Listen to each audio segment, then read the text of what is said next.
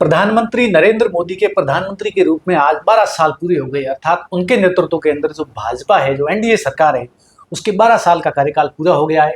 और मोदी सरकार 3.0 या तीसरा कार्यकाल है, उसके भी 2 साल पूरे हो गए।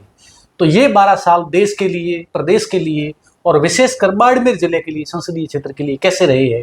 इन 12 सालों के अंदर बाड़मेर को क्या सौगात मिली है, बाड़मेर के लिए स्पेशल 12 साल कैसे है, इसको लेकर मैं आज बात करूं। मेरे साथ स्पेशल गेस्ट है भारतीय जनता पार्टी बाड़मेर के जिला उपाध्यक्ष और पूर्व प्रवक्ता रमेश सिंह इंदा। आपका बहुत बहुत स्वागत है। धन्यवाद। तो आज मोदी सरकार के 12 साल पूरे हो गए हैं और तीसरे कार्यकाल के भी 2 साल पूरे हो गए हैं। प्रधानमंत्री के तौर पर नरेंद्र मोदी के 12 साल पूरे हो गए हैं। तो इन 12 सालों को आप देश के लिए, प्रदेश के लिए किस तरीके से देखते हैं, कैसे रहे ये 12 साल? नरेंद्र मोदी जी ने 2014 से लेकर आज तक उनको 12 साल उनका कार्यकाल हो गया कंटिन्यू। एक 14 से पहले मैं कह रहा हूँ देश का विश्व के अंदर एक नज़रिया कुछ अलग था। आज विदेश के अंदर अपने रिश्तेदार जो लोग रह रहे हैं या अपने लोग यहाँ से काम करने के लिए जा रहे हैं, तो उनको अपने ऊपर गौरव महसूस होता है कि मैं भारतीय हूँ। 14 से पहले स्थितियाँ क्या थी सबको मालूम है। स्थितियाँ मतलब कोई नाम लेना नहीं चाहता। आज मतलब हिंदुस्तान का नाम लेने से अपने को खुद को फख्र होती है। वहाँ वाले लोग बैठे हैं, वो जो यहाँ से कई पीढ़ियाँ छोड़ के भी विदेश चले गए थे, वो नाम नहीं बता, आज वो फख्र से वापस बता रहे हम भी हिंदुस्तान। ये सारी देन नरेंद्र मोदी जी के पीछे। नरेंद्र मोदी जी ने इन 12 सालों के अंदर, मैं छोटे छोटे कुछ किस्से भी सुना लूँ ना। छोटा सा काम अपन जो देखते हैं कि बड़ा कार्य हो, तो इन्होंने छोटे छोटे से कार्य से लेकर इतने बड़े कार्य किए जो आज तक ना कोई सोच सकता था, ना कोई विश्वास कर सकता था। इससे पहले कितने साल कांग्रेस सरकार ने राज किए, उन्होंने ना जनहित के लिए खाली बातें की है, उन्होंने आम पब्लिक, आम महिला, इनको किसी किसान बारे में, किसी के बारे में उन्होंने सोचा नहीं, खाली वो भाषण देते थे। उनके पूर्व प्रधानमंत्री जी कहते थे कि मैं वहाँ से 100 रुपये भेजता हूँ, यहाँ रुपये आता है। नरेंद्र मोदी जी कहते हैं मैं वहाँ से 100 रुपये भेजता हूँ, उसके खाते में 100 रुपये ही आएंगे, एक पैसा कम नहीं होगा। आज प्रधानमंत्री के तौर पर भी वो देश के सबसे लंबे समय तक एक निर्वाचित प्रधानमंत्री के रूप में हो गए। हालांकि जवाहरलाल नेहरू ज़्यादा टाइम तक रहे, लेकिन वो कुछ टाइम तक पहले नॉमिनेट थे। लेकिन निर्वाचित प्रधानमंत्री के तौर पर आज नरेंद्र मोदी ने भारत के सबसे लंबे समय तक प्रधानमंत्री रहने का रिकॉर्ड है वो उनका तोड़ दिया है। तो इसको किस तरीके से देखते हैं आप? मैं कह रहा हूँ रिकॉर्ड, ये तीसरा कार्यकाल चल रहा है। अभी इस तीसरे कार्यकाल के 3 साल बाकी है, अभी और 5 साल आएंगे। उस तीसरे कार्यकाल के बाद चौथा कार्यकाल और आएगा। 29 के अंदर मोदी सरकार चौथी बार रिपीट होगी, आपको क्या लगता है? मैं कह रहा हूँ तीसरा, चौथा क्या, मैं सोच रहा हूँ जब तक ये 5वां आ नहीं सके, 5वां भी आ जाएगा। लेकिन जिस तरीके से कॉकरोच पार्टी है, उनके अतवाद इतने बड़े मिलियन में फॉलोअर आ गए, जिस तरीके से देश में आंदोलन बढ़ रहे हैं, कांग्रेस पार्टी जिस तरीके से राष्ट्रव्यापी स्तर पर विरोध कर रही है, उससे लगता है चौथा कार्यकाल इतना आसान होगा? देखिए, ये हिंदुस्तान है। हिंदुस्तान के अंदर भारतीय जनता पार्टी ने कंटिन्यू अभी 12 साल जो राज किया है, ना किसी जाति वर्ग विशेष किसी के ऊपर ना कभी गलत उन्होंने धारणा रखी, ना कोई टिप्पणी की। देखो, कांग्रेस के पास विकास को लेकर कोई मुद्दा है ही नहीं। जो भारतीय जनता पार्टी के नरेंद्र मोदी जी के नेतृत्व में जो 5 साल का विजन होता है, उस 5 साल के विजन को इन्होंने 3 साल के अंदर करके दे दी। मैं आपको छोटा सा उदाहरण देता हूँ। देखो, अपने माता बहनें शौचालय के लिए अपन को मालूम था कि उनको कितनी तकलीफ होती थी, वो आज तक किसी सरकार ने नहीं सोचा। इससे पहले सरकार खूब थी ना, सोच सकती, कर सकती थी ना, मगर वो नरेंद्र मोदी जी ने सोचा, वो हर घर घर शौचालय दिया। ठीक है, आप गांव ढाणी कहीं भी चले जाओ आपको शौचालय मिलेंगे, मोदी जी की देन। अपने माता चूल्हा, सुबह लकड़ियाँ ये लिया गया, गोबर थे वो, इसमें वो रोटियां बनाती थी, चूल्हे से उनकी तकलीफ होती। तो नरेंद्र मोदी जी ने उज्ज्वला योजना के तहत उनको गैस कनेक्शन दिए। जैसे पहले मैं कह रहा हूँ आज से 5 साल के 10 साल पहले अपन जाते गैस मिल कहीं था, सिटी में कम मिल रहा था। आज हर ग्रामीण क्षेत्र में चाहे छोटा फंक्शन बड़ा फंक्शन, आपको हर घर में गैस मिलेगा। लेकिन कांग्रेस के नेता है राहुल गांधी, उन्होंने कुछ दिन पहले दावा किया था कि मैं एक गारंटी लेकर दे सकता हूं, प्रधानमंत्री नरेंद्र मोदी अगले 1 साल के अंदर प्रधानमंत्री नहीं रहेंगे। यदि रहे तो उनको इमरजेंसी लगानी पड़ेगी।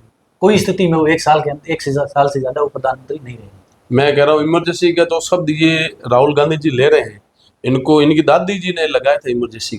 तो ऐसा मोदी जी को लगानी पड़ सकती है। मोदी जी को लगाने के लिए सोचना ही नहीं है, क्यों? क्यों? जनता उनके साथ है। इमरजेंसी लगाने का उद्देश्य ये होता है कि मेरे खिलाफ जनता हो, तब मेरे को लगाने की जरूरत हो। मेरी जनता, हमारी खुद की जनता मोदी जी के साथ है। मैं कह रहा हूं कि आज का आप रिकॉर्ड उठा के देखो, एक धार्मिक तीर्थ, अपन सब देखो, हर धर्म के अलग अलग सभी के तीर्थ होते हैं, अपने भी हिंदू धर्म के सबके तीर्थ होते हैं। ये हरिद्वार, पहले लोग अलग जगह घूमने जाते थे, गोवा हो वहां जाते। आज आप स्थिति देखो, हर लोग, मतलब ऐसा कोई नहीं है, हर हरिद्वार जाना सबसे पहले, वो छुट्टियों के अंदर हरिद्वार जाना सबसे पहले वो अपना सम्मान मानते हैं। आज देखो हरिद्वार के लिए रेल के अंदर आपको टिकटें नहीं मिल रही, तो लोगों ने अपना आस्था के प्रति मूवमेंट हुए। क्यों? सब चीज ये थी, उससे पहले भी ये नहीं थे, वो पहले भी हिंदू थे, अभी नहीं हुई। और आस्था की राम मंदिर, आप 500 साल पुराना तो मंदिर, जो कई पीढ़ियां हमारी अपनी सबकी आपकी तो सपना था, मतलब अपने सबके आराध्य देव, उसका वहाँ मंदिर के लिए सपना था, मोदी जी ने पूरा किया। आप वहाँ जाओ, मतलब हर रोज, मतलब वहाँ इंसान, मैं कह रहा हूँ अपन यहाँ बैठे, पाकिस्तान के अंदर रिश्तेदार कोई भी हमारे बैठे अपने सबके, वो सबसे बड़े 2 चीज तीर्थ मानते हैं। जब मोदी जी ने राम मंदिर का निर्माण किया, तो वहां से लोग खुश हुए, कि मतलब उन्हें ऐसे खुशी महसूस हुई कि हम, मतलब कोई आजाद, उस टाइप की उनको खुशी महसूस हुई, हमारे आराध्य देव का मंदिर बना। कांग्रेस पार्टी के प्रति ये सुप्रीम कोर्ट के आदेश से बना, इसमें भाजपा का क्या योगदान? इस सुप्रीम कोर्ट का आदेश से भाजपा का नहीं, हम तो लोकतंत्र के ऊपर विश्वास करते हैं। भारतीय जनता पार्टी पहले भी थी, वो तो 14 बनाना चाहता बना, हमने कभी कानून का खिलाफत नहीं। जो कानून के तहत जो सुप्रीम कोर्ट ने आदेश दिया, उसके तहत ही बना है। तो बना है तो आस्था के अंदर उन्होंने आदेश दिया, उसके बाद वैधता तो मोदी जी ने दी। अब अयोध्या में राम मंदिर और जम्मू कश्मीर से धारा 370 हटाने जैसे ऐतिहासिक बड़े फैसले। बात करें बाड़मेर की स्पेशल, 2014 में लोकसभा चुनाव से पहले जब प्रधानमंत्री पद भाजपा की ओर से, वो एनडीए की ओर से प्रधानमंत्री पद के दावे उम्मीदवार थे, तब वो बाड़मेर में सभा करने के लिए तत्कालीन भाजपा के प्रत्याशी कर्नल सोनाराम चौधरी थे, उनके समर्थन में उनकी बलोत्रा में जनसभा हुई थी। तो उन्होंने कहा था मैं बाड़मेर के अंदर आम की खेती करवा दूंगा। आम हुए भी कई जगह। तो बाड़मेर के लिए स्पेशल आप उनके कार्यकाल को कैसे देखते हैं? देखिए, मैं आपको बताऊं, नरेंद्र मोदी जी ने जो 12 साल हुए, रेलवे स्टेशन है, चाहे बालोतरा देखो, चाहे जैसलमेर देखो, चाहे बाड़मेर देखो, ये अत्याधुनिक रेलवे स्टेशन मोदी जी के नेतृत्व में बना, अमृत भारत रेलवे स्टेशन योजना की। मोदी जी के नेतृत्व में बना। इसके बाद आप चाहे जोधपुर से बाड़मेर आते थे, तो आपको एक रेलवे पटरी के नीचे ब्रिज अपने गांव क्रॉस करने के लिए आपको या 4 या 5 से ज्यादा नहीं मिलते थे। आज हर गांव को उसको अंदर क्रॉस दिया, उसको ऊपर वाला यातायात रेल वाला बाधित ना हो, वो आम पब्लिक परेशान हो, वो अपने घर आवागमन कर सके। बॉर्डर मुनाबा से लेकर लीलमा, गडरा, ये सारे जसाई, ये सारे रेलवे स्टेशन, इनकी जो आज से 10 साल 15 साल पहले उनका क्या मॉडल था, आज आप जाके देखो, उनके अत्याधुनिक लेंस के साथ निर्माण कार्य हुआ है। मैं कह रहा हूँ, प्रधानमंत्री अटल बिहारी जी ने जो प्रधानमंत्री सड़क योजना लाई थी, तब अपने इस एरिया में पहली बार लोगों को सड़कें दिखनी चालू हुई थी। आज आप इस एरिया के अंदर कहीं भी चले जाओ, गौरव पथ योजना के तहत आप देखो, सीसी रोड है हर गांव में। बॉर्डर आज अपने मुनाबा साइड पूरा हाईवे, बॉर्डर टू बॉर्डर, चाहे यहाँ से गुजरात चले जाओ, यहाँ से जैसलमेर तो बीकानेर होकर बीकानेर को आप चले जाओ, पूरा हाईवे के अंदर रोडों का जाल बिछा दिया। पुल, मतलब टीवी में लोग देखते थे कि भाई पुल इस टाइप के होते हैं। आप आज बाहर में देखो, नेशनल हाईवे के गड्रा रोड वाला पुल देखो, चाहे गड्रा वाला इधर देखो, चाहे इधर हाईवे वाला देखो, उतलाई वाला देखो, ये सारे मोदी जी की देन है। देखो, मोदी जी ने बाड़मेर के अंदर ये, और बाकी मैं कह रहा हूँ, चाहे जन धन खाते हो, चाहे किसान क्रेडिट हो, या किसानों को पेंशन हो, या किसानों को बीज के ये पैसे हो, ठीक है, किसानों को पशुधन के लिए खेत पैसे योजना हो, खेती करने की योजना हो, ऐसी हजारों, जो मैं कह रहा हूँ कई ऐसी योजना है जो आम किसान को डायरेक्ट उसका लाभ मिल रहा है। मोदी जी के पहले कार्यकाल को अच्छा माना जाता है। दूसरे कार्यकाल में राम मंदिर का फैसला भी हुआ, जम्मू कश्मीर से धारा 370 भी हटी।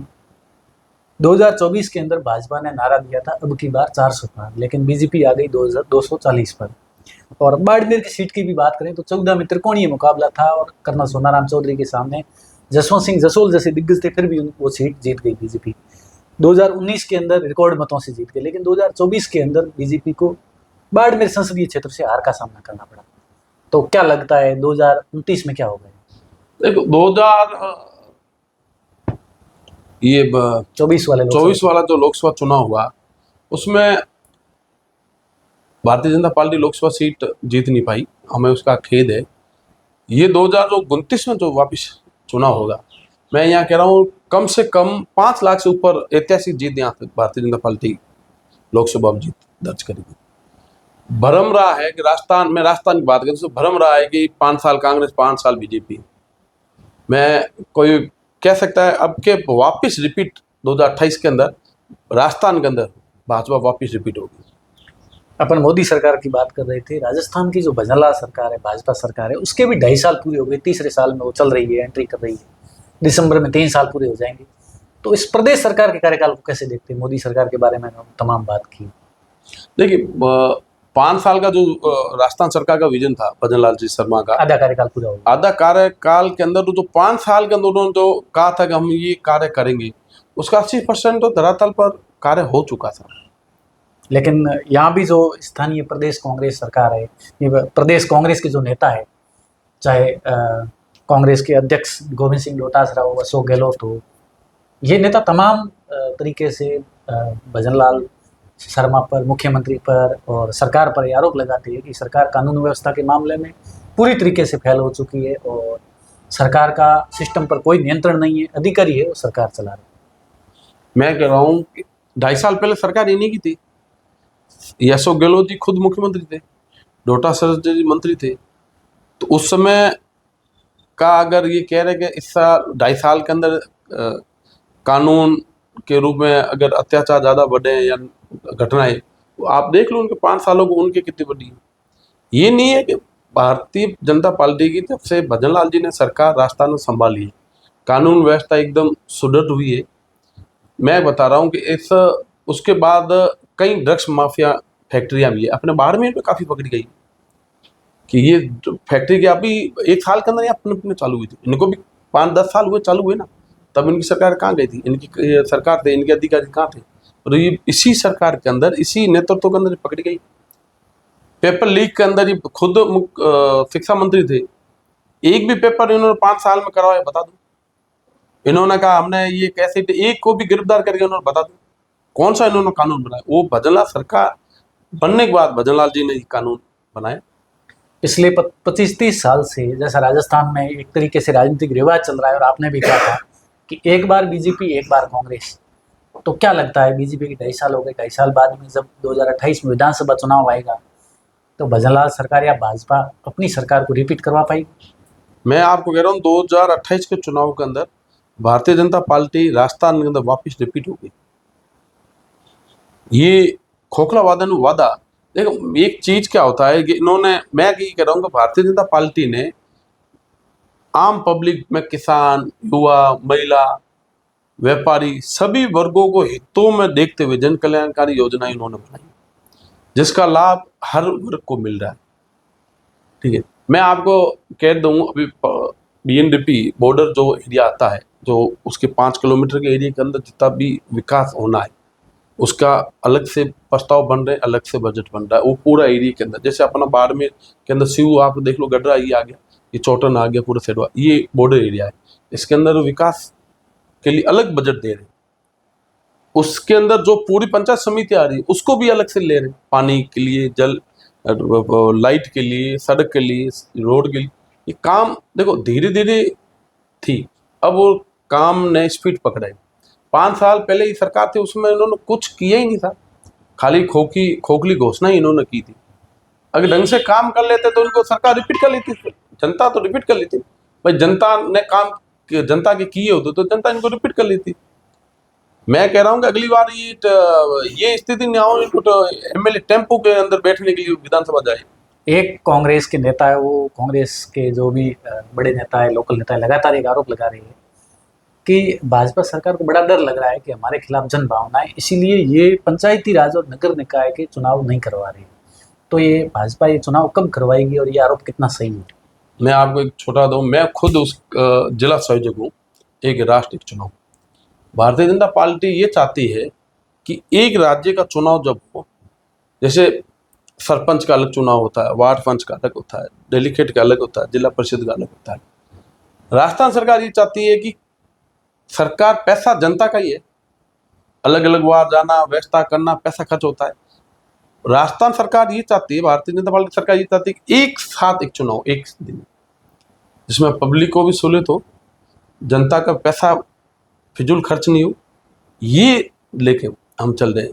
ये कह रहे हैं कि चुनाव से भाग रहे हैं कि 2.5 साल बाद चुनाव तो होना ही है, उसको तो हम नहीं टाल सकते हैं। चलो ये कह रहे हैं ये टाल दे तो 2.5 साल बाद तो होना ही है, तब ये कहाँ जाएगी कांग्रेस, तब भी सामने आएगी हमारे। या तो ये है नहीं कि इस चुनाव को हम टाल रहे हैं कि आगे चुनाव होना ही नहीं है, चुनाव तो ये करवाना पड़ेगा, चुनाव तो होना ही है ना। तो हम ये चाह रहे थे भाई एक साथ चुनाव हो। इसी के अंदर हमने देखा अब जो ये चुनाव पंचायती राज और विधानसभा साथ में नहीं, पंचायती राज का जो चुनाव हो रहा है, जिसके अंदर हम ये चाह रहे हैं कि एक दिन, जिसमें जिला परिषद चुनाव, सरपंच, पंचायत समिति, जिला परिषद, पंचायत समिति, सरपंच, वार्ड पंच एक साथ हो, नगर निकाय वाला चुनाव हो, नगर निकाय वाला वो भी एक साथ हो। तो उसमें क्या है कि ना तो जनता को परेशान होना पड़े, ना प्रशासन को परेशान होना पड़े, और ना सरकार को परेशान। सभी की सहूलियत को देखते हुए हम चाहते हैं कि एक दिन एक चुनाव सभी के एक साथ हो। तो ये रमेश सिंह ईंदा है, भारतीय जनता पार्टी बाड़मेर के जिला उपाध्यक्ष और पूर्व प्रवक्ता। आज मोदी सरकार 3.0 के 2 साल पूरे हुए और ऑल ओवर मोदी सरकार के 12 साल पूरे होने के उपलक्ष्य में उनका देश में कैसी स्थिति है और बाड़मेर के लिए स्पेशल मोदी सरकार का और प्रदेश की भजनलाल सरकार का कार्यकाल, कामकाज कैसा है, इसको लेकर हमने आपसे बात की।